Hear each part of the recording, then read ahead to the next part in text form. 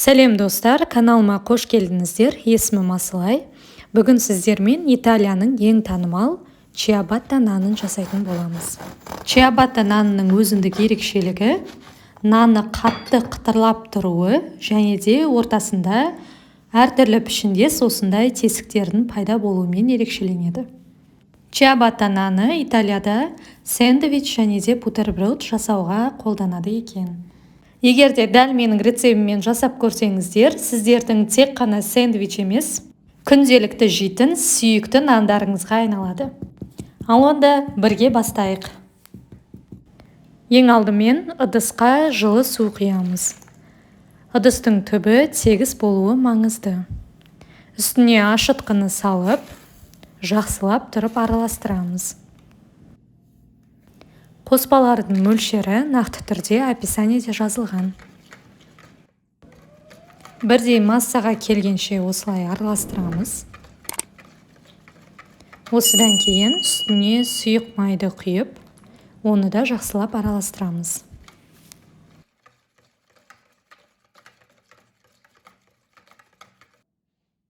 Келесі бөлек ыдыста ұн мен тұзды бөлек араластырып алып, алдымен тек қана жартысын қосамыз.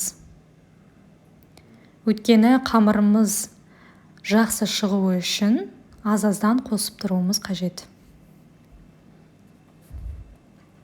Енді осыны жақсылап араластырып, қалған ұнымызды қосамыз.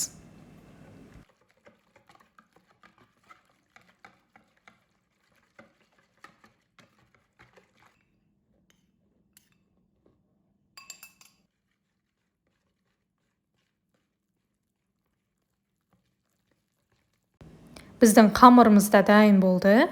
Осындай созылмалы болу қажет.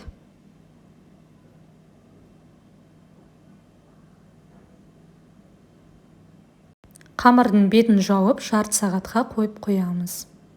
Жарты сағат өткеннен кейін видеода көрсетілгендей қолымызды майлап, қамырды осылай 4 бөлікке бүктейміз. Осыдан кейін бетін жауып, тағы жарты сағатқа қоямыз. Жарты сағаттан кейін осы процесті тағы да қайталаймыз. Бетін жауып, тағы жарты сағатқа қоямыз.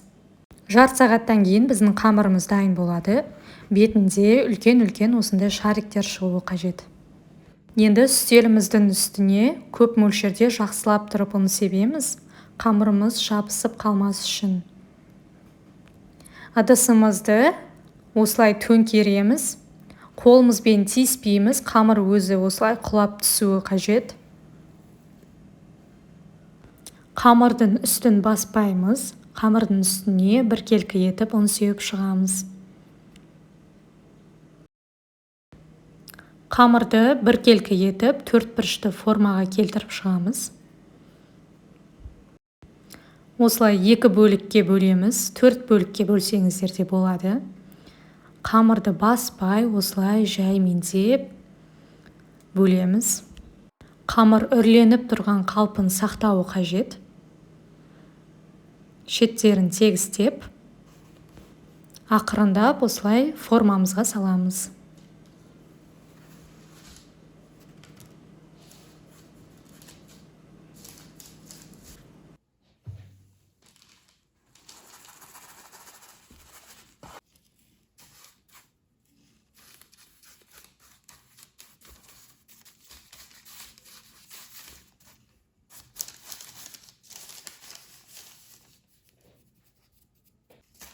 Бетін жауып 15 минутқа қойып қоямыз. Қатты қызып тұрған пеште 220 градуста 18 минут пісіріп аламыз. Біздің чиабатта нанымыз дайын, осылай қызарып пісуі қажет, ортасы осындай керемет тесіктерге бөлінуі қажет. Міндетті түрде осы рецептпен дайындап көріңіздер. Каналыма тіркеліп, басқа да видеоларымды тамашалаңыздар.